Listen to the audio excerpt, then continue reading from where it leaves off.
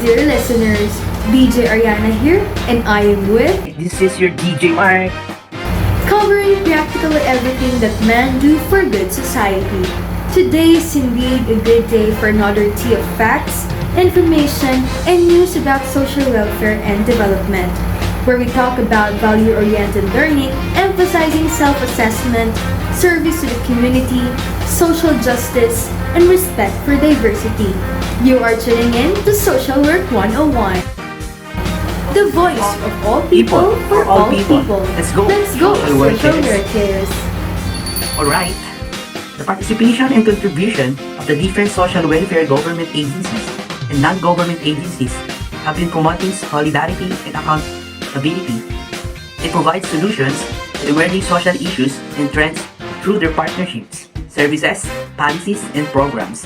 Today, we will talk about the different known government and non-government agencies here in the Philippines, together with their goals and objectives.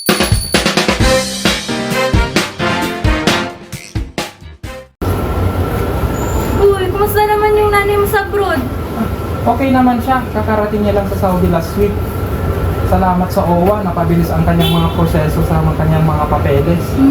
Mabuti naman, payo ko na lang din kaibigan. Dahil laganap ang pandemya at hindi maiwasang magkaproblema sa trabaho, lalo na sa abroad.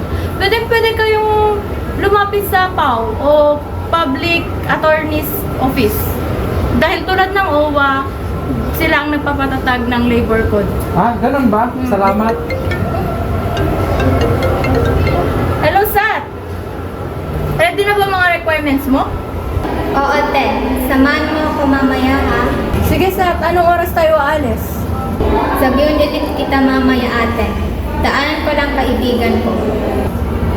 Sige, ingat ka. Kapatid mo yun? Saan kayo pupunta? Tutulungan ko siya mag-process ng NHA housing application. Ah, Okay, partner. The first agency is OWA, or the Overseas Workers Welfare Administration. OWA is an agency attached to the Department of Labor and Employment. The agency offers both local as well as overseas programs and services for Filipino contract workers and their dependents. To provide appropriate representation with employers, agents, and host authorities on behalf of the OFW. Every OWA member is eligible to receive a number of benefits including social benefits, educational scholarship, and training benefits, welfare programs, reintegration program, and reputation assistance benefits, which cater the needs that arise from various events or circumstances. That's right, partner. The benefits mentioned have subcategories and sub-projects, which means that there are a number of programs available for you to maximize receiving these benefits. It is up to you to ensure that you get your premiums, whether in the cash assistance or other forms of compensation and assistance. Take note that OWA is a form of government insurance for OFWs abroad. This is also to keep with the provisions of the Labor Code. Speaking of Labor Code, this has a correlation to our second government agency, which is the PAO, or the Public Attorney's Office. As amended by the Presidential Decree Number 442 or the Labor Code of the Philippines. A decree instituting a labor code, thereby revising and consolidating labor and social laws to afford protection to labor, promote employment and human resources development, and ensure industrial peace based on social justice. The PAO, or the Public Attorney's Office, is under the Department of Justice. It is one of their goals to ensure the labor code and the different laws and policies with its mandate to render free of charge legal representation, assistance, and counseling to indigent persons in criminal, civil, labor, administrative, and other quasi-judicial cases. NHA? Housing program ba iyon? Oo, dahil OFW dati yung kapatid ko at gusto niyang subukang mag-apply sa isa sa mga housing programs ng NHA. At dahil na rin gusto niyang mag-resettle kasama ang kanyang pamilya. Ah, ganun ba? For the third agency, the NHA, or the National Housing Authority, created under Presidential Decree Number 757 in 1975. This agency's mandate is to develop and implement a comprehensive and integrated housing program in the country. This is carried out primarily throughout its resettlement program, the community mortgage program, the sites and services development program, and government employees housing program. You heard that, folks? The government agencies we just mentioned, the OWA, the Overseas Workers Welfare Administration, PAO, or the Public Attorney's Office, and the NHA, or the National Housing Authority, are government-funded agencies attached with different government units, public and private sectors, presidential decrees, and accredited projects and programs mandated for the benefit of affected individuals and social groups.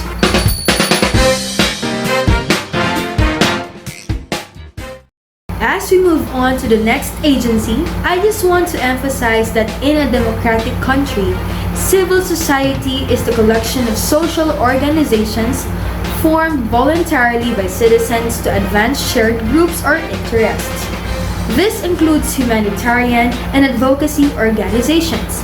These NGOs often develop and address new approaches to social and economic problems that governments cannot address alone.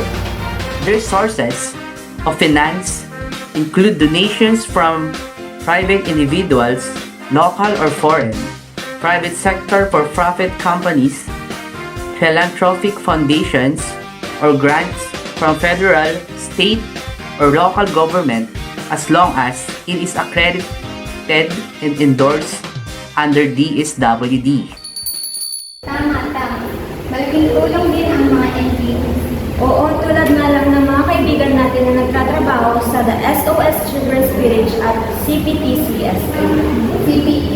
Ano CPTS? Ito kasi yun. Ang CPT-CSA ay isang Center for Prevention and Treatment of Child Sexual Abuse. So, our first agency has something to do with children welfare. This agency is the CPT-CSA, or the Center for Prevention and Treatment of Child Sexual Abuse. It is child-focused institution working towards a safe world for children, free from sexual abuse and exploitation. They offer protective services, prevention and treatment services, research and advocacy, post-rehabilitations, educational and medical assistance, housing and legal assistance. Parents also attend weekly clinics virtually or at CPTSA's Treatment Center in Manila to cement their involvement in the recovery and reintegration process. That's right, partner. You can really tell how important parental care is in the development of their children. It is indeed helpful, but for our next NGO, this agency was founded by Dr. Hermann Mayer in Austria. This is the SOS Children's Village, a private child caring agency which implement alternative parental care with 6 such villages in the Philippines today. Outside of adoption, the alternative parental care is formulated purposely planned long-term care for orphaned and abandoned Filipino children. They provide these children with their basic needs. This is to ensure they are empowered individuals from the moment they enter the care until they leave the program. Narinig mo yun? Oo, nakakataba naman ng puso. Malaking tulong talaga ang mga village centers na ito. Sana mamit din natin ang mga kaibigan natin doon. Ikaw naman, kamusta sa WCC? Ay naku, kung alam mo lang, sobrang nagpapasalamat ako sa organisasyon na yun dahil sa mga programa nila. Masaya ako kung nasa saan ako ngayon, pati ang trabaho at pamilya ko.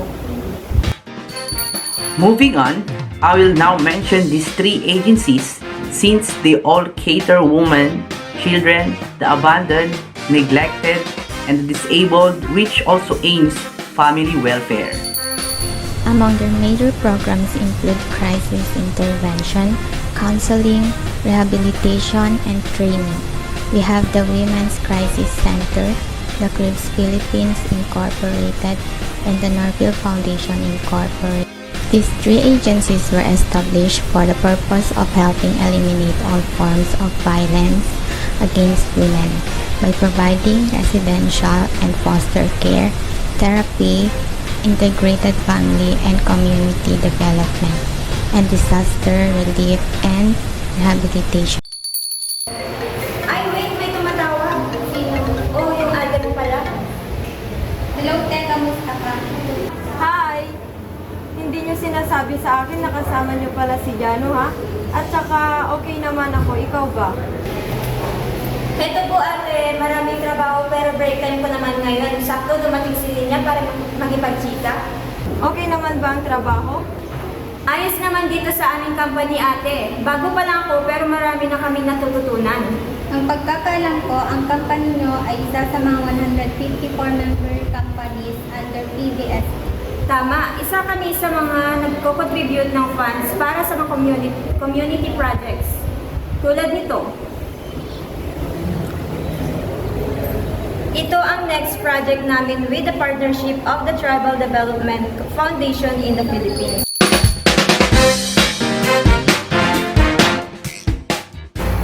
For our last two agencies, their current priorities are indigenous peoples and self-help community projects which address the needs of tribal communities in different parts of the country. These two agencies are PBSP or the Philippine Business for Social Progress and the Tribal Development Foundation in the Philippines. The PBSP is a private non-profit organization established to serve as private enterprises, implementing ARM for social development, starting with 154 member companies which contribute funds that are channeled to different community groups nationwide, laborers and tribal communities.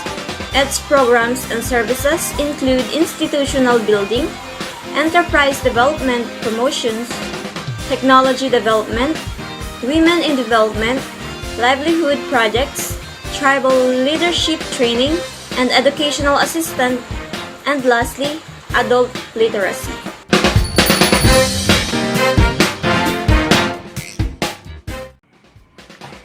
Absolutely! As we end our program, all 7 agencies we've mentioned encompass a broad range of organizations that are committed to the idea that the public interest is served best when private citizens and members of civil society are able to choose freely the aims, organizations, and causes they support. To summarize it all, these agencies are OWA, or the Overseas Workers Welfare Administration, the PAO, or the Public Attorney's Office, NHA, National Housing Authority, CPT-CSA, or the Center for Prevention and Treatment of Child Sexual Abuse, the SOS Children's Village, the Women's Crisis Center, the Cribs Philippines Incorporation, and the Norville Foundation Incorporation. PBSP or the Philippine Business for Social Progress and the Tribal Development Foundation in the Philippines. Thank you, partner! Sorry everyone, but it's time to say goodbye. We hope you learned a lot today, especially on the different social welfare, government, and non-government agencies. Again, this is Social Work 101. I'm your DJ Mark. And I am DJ Ariana, and we are your social work gurus, the voice of all people for all people. Let's go, social workers. Goodbye, to God be the glory.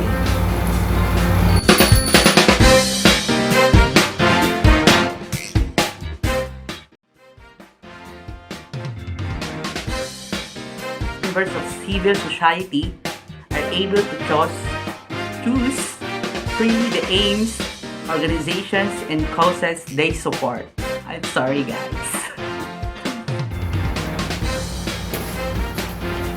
You heard that, folks. You heard that, folks. The government agencies we mentioned, OWA. You heard that, folks. You heard that, folks. This is your DJ Mark.